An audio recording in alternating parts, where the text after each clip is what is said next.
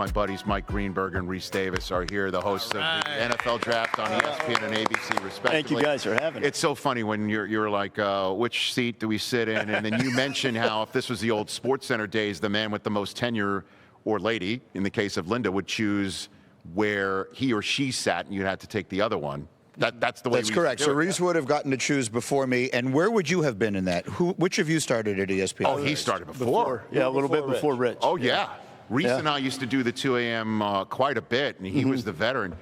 I say this every time. I embarrass you, I'm sure, but you invited me over to your house for Thanksgiving. You know, my first year there, I was by myself up there in Connecticut. You opened the door. You were so gracious, man. You were so awesome to me at the very beginning, and I just, always will never forget that. Well, I appreciate it. We'll have to have you guys come back and do it again some year, but we're both pretty busy that time of year. But it would be awesome. I mean, I appreciate the fact that our friendship has carried on, even when there have been occasional gaps in communication. I mean, it's like we pick up where we left off every time, and I appreciate that. That's the way it feels with old times. Well, this has become a nice tradition. It has been. And I appreciate you guys. Draft Thursday. Because if there's anybody who knows what preparation goes into it, it would be me, and you guys for me as well. There's just a lot going on. But I always remembered, Stuart loved the seat to the right, looking at the camera. So it was camera left. That's where that was his seat because he had tenure. He was on ESPN2 for many a year before I showed up. And then I think you liked the other seat, right? I did usually, but it wasn't a big deal. What is a big deal to me is in my 30 years at ESPN, I'm a left ear IFB guy. Now on Game Day, you double ear. Yeah, right. I've done one show right ear, and I was totally discombobulated. I could sit in the other thing. I forgot my IFB. They only had a right ear, and I was turning the wrong way all night, man. It was.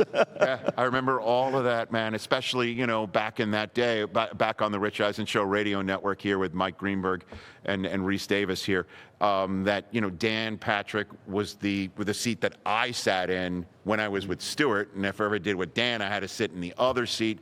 I would be ping-ponging left and right for the first few years of my career because that was who was deciding, back in I was sitting in the ESPN News studio with Dave Feldman, just wishing that I could come over and be in the SportsCenter studio with you guys. I would have been delighted to sit in any of the seats. I think I was hired just 2 months before you or something. I got there in September of '96. I got there in February of '96. So 6 months. So I think I was the last hire that got thrown directly on SportsCenter because there was the advent of ESPN News back in the day. And we were like a pledge class. Like we started ESPN News. There were, I think, 8 or 9 of us who started at the same time. And it was really sort of like joining a fraternity together. We were people who did not know each other at all, and now here we are thrown together. And we all have remained friends to this day. It's a nice little trivia question. The only 2 left from that original group at ESPN are myself and John Buccigross. Buccigross. And I love watching him with hockey. I mean, I love watching him do his thing. Loves it so much. He's tremendous. Yeah, I mean, he lives it, he breathes it, he's all about it, I just love it. Now look what you guys are doing for the company. I mean, it's not just, what you do in the mornings, what you do on the weekends as well for the company. It's kind of, I watch that. My kid wakes up, my coop wakes up, and he's watching you every single Saturday, watching on Game Day. And, it's really cool what you guys have done for the Walt Disney Company at this time. I said, thank you. It's nice to say. I sent Rece and the guys a note last summer. I was having sort of just this little sad time. Our dog died, and I had never had a dog. I grew up in a building. Yes, it was horrendous. However bad I thought it was going to be, it was 10,000 times worse. Yes. And so I was feeling very sad, and we were on a little vacation right before the football season started, and we were in Colorado. So I walked into a restaurant for a very early breakfast, and the hours are so off, it didn't even occur to me. And I looked up at the TV screen, and you guys were on. You were in the first game. I think it was in Dublin. Yeah, in Dublin. Yeah. Pat McAfee was still hungover. But I sent you guys a text, and I said, something about seeing you guys on there made me feel like all is okay with the world. Like it really did. Like there were just some things in life that make you feel like, all right, there's still something left I can count on. You guys are sitting up there on Saturday morning talking about football. And so I think that show has become that. And So that was a nice moment. That's just what I thought of when you were saying that. And it's the truth, though. But that, that's the key to succeeding in our business, is to be surrounded by my guys here to my left here on this show, and obviously the guys I'm surrounded by and the ladies I'm surrounded by on game day morning, on Sunday mornings on NFL Network. What you do on Get Up, what you do on a College GameDay, what you did with Golic back in the day, is people want to connect, like they want to be. It's a hang. You see that with McAfee's guys too, right? I mean, like that's the key. And Corso, he's got one more year left. Is that basically it? He has one more show. One more show. Yeah, he's going to have a farewell show wherever we wind up week 1. That's yet to be determined. And he's going to be 90 years old. Oh, my God. By the time that show comes around, and we'll celebrate him the way he should be celebrated. He's the cornerstone, and all the things you mentioned about that show connecting with people and them making it a part of their Saturday morning and feeling that love and connection with them. It's because of him. I mean, he loves the show and the sport and the people involved and the people who cover it and play it and coach it.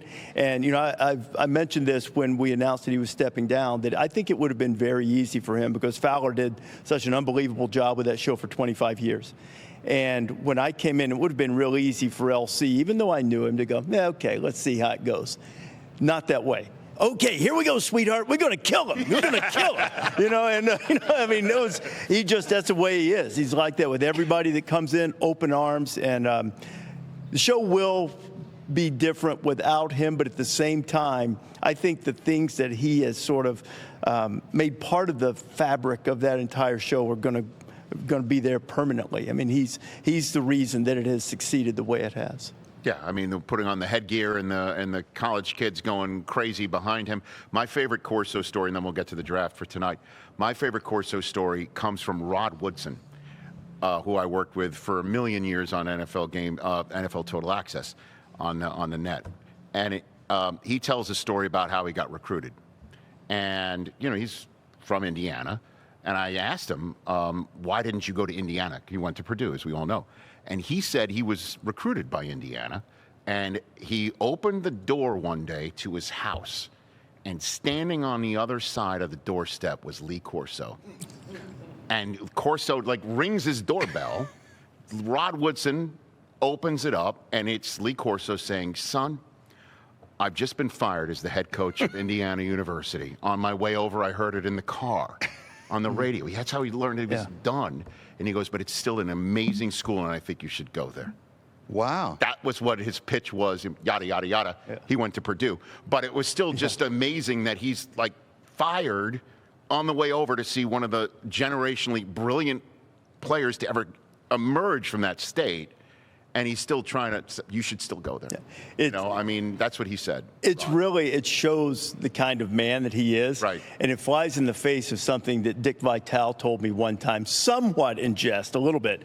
But Vitale said, "You show me a coach who has been fired and says he still roots for that school, and I will show you," insert adjective, "liar." Right?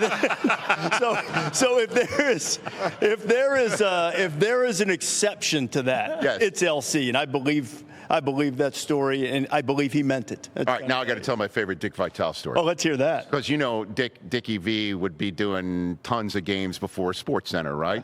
And he loved giving Stewart a shout out with me, like, "Hey, who's coming up next? It's Richard Stew. You got to stay tuned," all that stuff. Awesome, baby. So, cut to being handed a cardboard box by ESPN in 2003.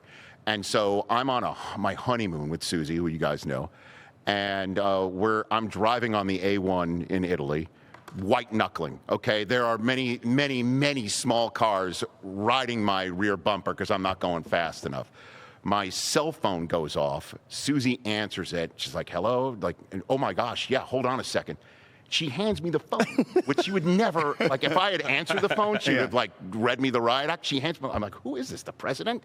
It's Dick Vitale calling to say how upset he was that I was no longer with ESPN and wishing me the best of luck.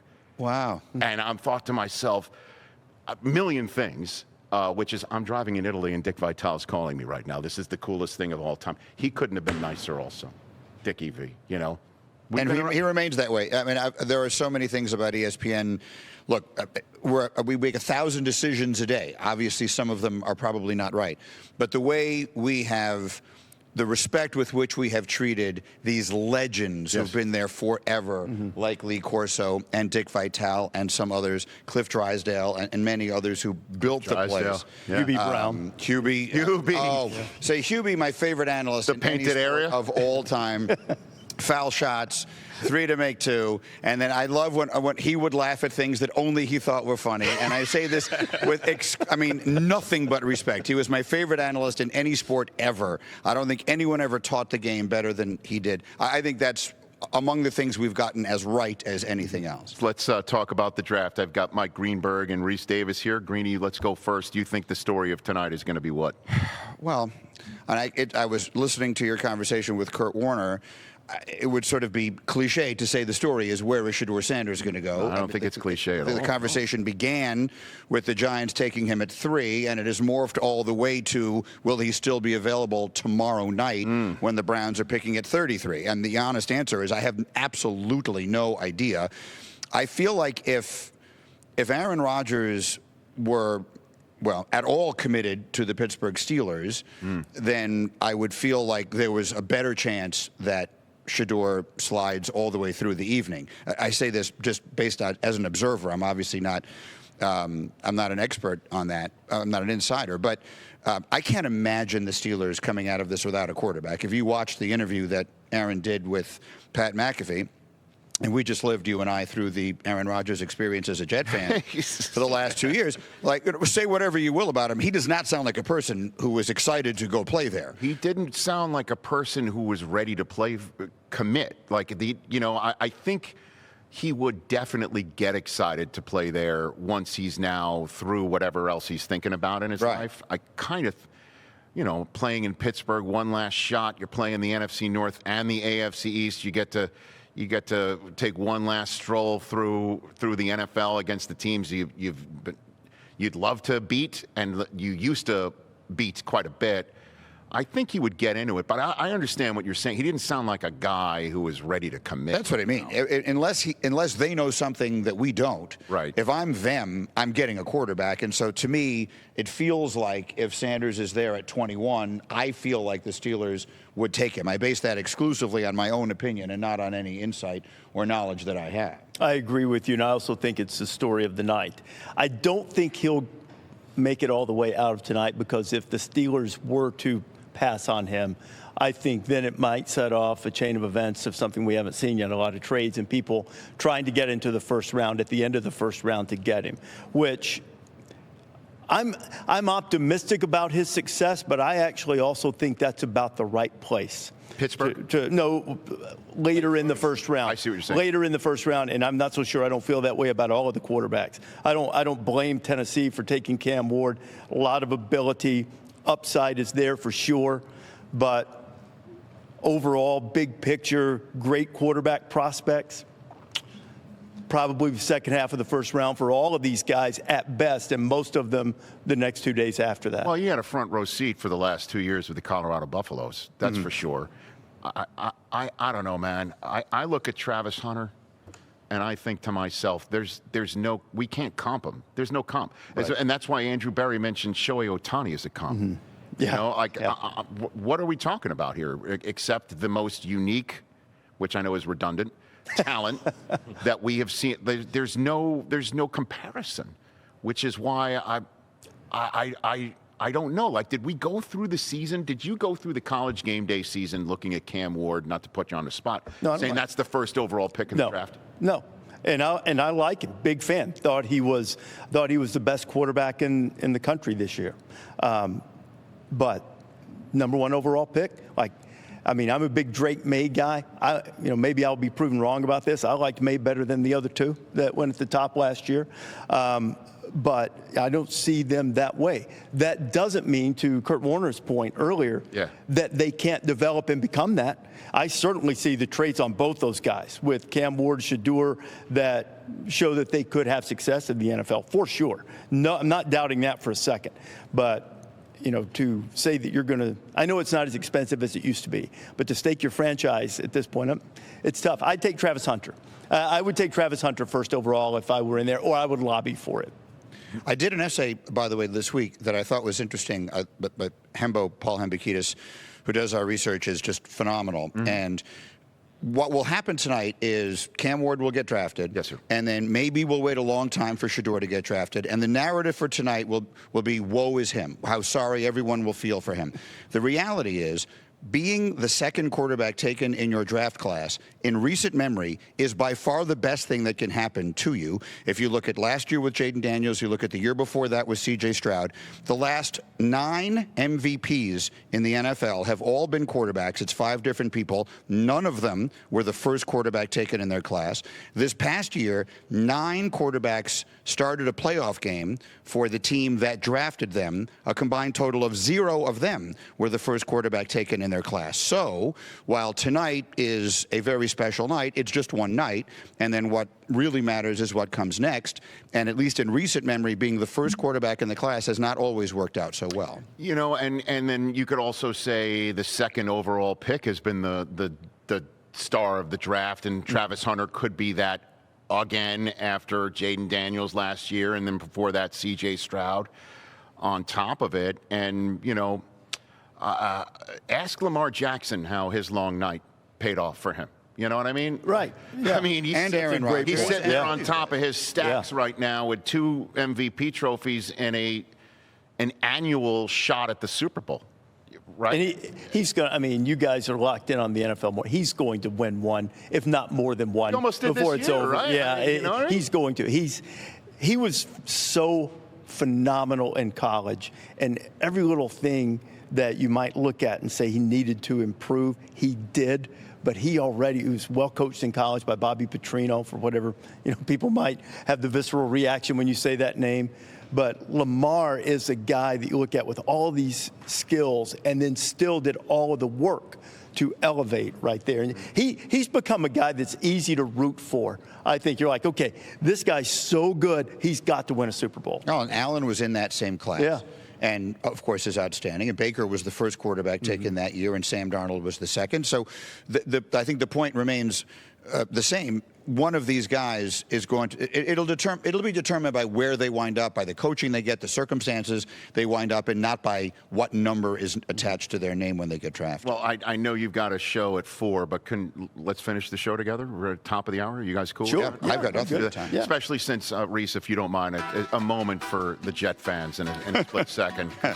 Breece Hall's name is out there as being trade bait, and he has tweeted in response. What did he say? I've even teased my own guest. So stay tuned after the break. Rece, I'm sorry for a moment. It's just going to need to take a second if you'll indulge. I will. But trouble. Breece Hall earlier today just tweeted out, fingers crossed. There it is. Fingers crossed. What in the world would this mean? Less than an hour ago. Okay, fingers crossed. Josina Anderson then sends out maybe what he's crossing his fingers for, or I don't know. But she says that league source tells me they've heard about the potential availability of Breece Hall, quote unquote, within the last week and a half. Put 2 and 2 together, and I don't know what the heck's happening right here. What do you think? That's it. Okay, that's his comment. I like Breece Hall a lot. Here's the reality of the situation. Depending on what you can get for him, he was not a first-round pick, so they don't get the 5th-year option on Breece Hall. This is it. Yes. If you're either going to commit to him long-term, and I think that as magnificent as Saquon Barkley was last year, and as magnificent as Derrick Henry and all the other running backs that had big years were last year that's a luxury. I do not think the Jets are in a position right now to pay big money to a running back. They have so many other needs. So honestly, as much as it would break my heart, because I think he has the ability to be a terrific player, I don't know that trading him right now, if you get something really good in return, is not, in the big picture, the best thing for them to do. No, they better get Genty if they trade him. It's kind of that simple, right? I shouldn't say something like that, I guess, because you can get maybe a really good running back. There are a lot of running backs in Obviously, this draft. listen, they got him in the second round. And I'm assuming if this is the way they're thinking, they got to pay Sauce and they got to pay Garrett Wilson. Those guys aren't walking out of the building. Certainly Wilson. I think Garrett Wilson you can't let phenomenal. Sauce go. You cannot let Sauce. Sauce worried me a little bit last year. I'm hoping that working with Aaron Glenn will be great. Sauce got hurt a lot last year. I mean, his frame, I think, is problematic. Every time he made a tackle, it felt like he had to come off the field, and I felt like teams were scheming to run the ball in his direction to force him to tackle. I love him. I think he is a great player. I certainly want him to be on the team going forward. The one non-negotiable for me is Garrett Wilson, who I think, under the right circumstances, could be a top 5 receiver in the NFL for a decade. And they hooked him up with his college quarterback. I mean, that's the idea, right? Yeah. I mean, like play like it's 2019 again. You know? I ran into to Justin at an event in New York a couple of weeks ago, and I think he's got all of the talent in the world. But all quarterbacks need stability, and Jets haven't been able to provide that to anybody yet, but hopefully they can with him. And maybe they capture something there with the two of them, because he seems very confident. He seems eager to embrace sort of a prove-it situation for him, I think. I don't know, man. Going to the Jets and asking for stability is like going to some like gluten-free place and asking for, sourdough. You know what I mean? Like there's an enormous irony in the wrong store. You know, I mean, there is an irony in leaving the Pittsburgh Steelers and going to the New York Jets in search of stability. In search of stability, yeah. The Steelers have had as many coaches since 1969 as the Jets have had since last September. Let me clarify. I wasn't implying. That's not a joke, by the way. I wasn't implying that he was going to get it. I'm saying that if someone could give it to him, maybe he could reach his talent level. That's right. Maybe this is the time. Maybe this is actually going to happen. The starters in MetLife next year is last year's quarterback room in Pittsburgh. I mean, you can't make a lot of this stuff up. I don't know. What do you think, Jameis is going to beat out? No, I think the Giants are going to draft a quarterback. And start him. Week one? Maybe not week one, but I think, look, I think what they're doing actually makes sense. The much maligned Giants, they went out and they got exactly the right person to be the starter for a month or however long it takes for one of these guys. And I'll tell you, the one I'm intrigued by is the one that I just watched you interviewing from last month is Tyler Shuck. I think Tyler Shuck and Rece, what do you think? Trade in to the back end of round one, or maybe he is still sitting there. I think he'll be there round two. So the Giants' second pick in the second round, you take someone like Tyler Shuck or someone, whichever one of these guys you like, if they are still there. I actually think that's a plan that makes sense. You are with the College GameDay crew mostly tonight? Yes. Who's with you? We've got Kirk Herbstreit, Nick Saban, Field Yates, Pete Tham will be working with us, and sitting to my right will be the MVP of Super Bowl 31 from your Green Bay Packers. Oh, baby. Desmond Howard. Truly one of my favorite human beings on the planet. Like, I smile every single second. In terms of top 5 people who have made me happy, he's in the top 5 in my entire life, Desmond Howard. Punt return? Against Ohio State, all of it? Catch against Notre Dame? The Heisman pose, the whole thing. And the fact that he's from the state of Ohio makes it that much sweeter. And you are with this evening. Mel Kiper, Lewis Riddick, Booger McFarland, and Adam Schefter.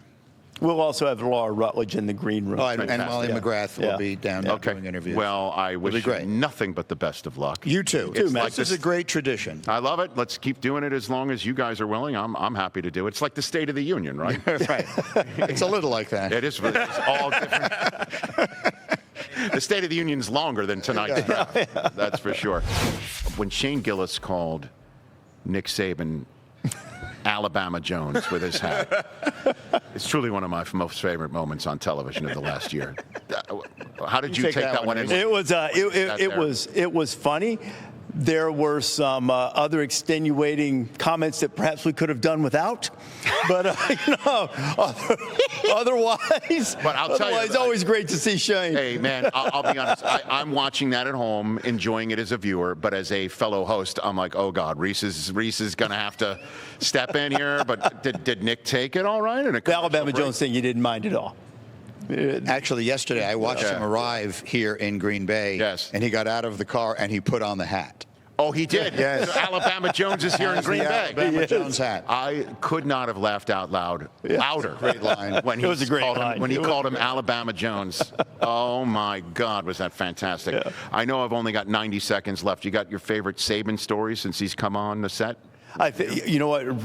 We always let him in as much as he wants, but a lot of nonverbal communication. There's no teleprompter or anything like that. So we're at Texas, and he's tapping the desk. But I had to go, and also I'd had enough of the discussion. You guys know how sometimes. Yeah. So we go on the break, and we're walking to a side set, and he goes, "Hey, I want it back in." I said, "Yeah, I know, but I can't give it to you every time." And I was like, "There's 3 hours. You've got time later." But Rich, he's been phenomenal. Not one time has he said, "Hey, look at my 7 rings, and everybody shut up and listen to me." Not one time. Because he could. He could. He asks questions. He wants to be great, and you don't want to let him down. I see how his players felt. You want to make sure that you're living up to his standard. He's an amazing dude. Yeah, man, he's a great watch. He really is a great watch. Yeah, he's awesome. Especially when he drops S-bombs too, like out of the blue.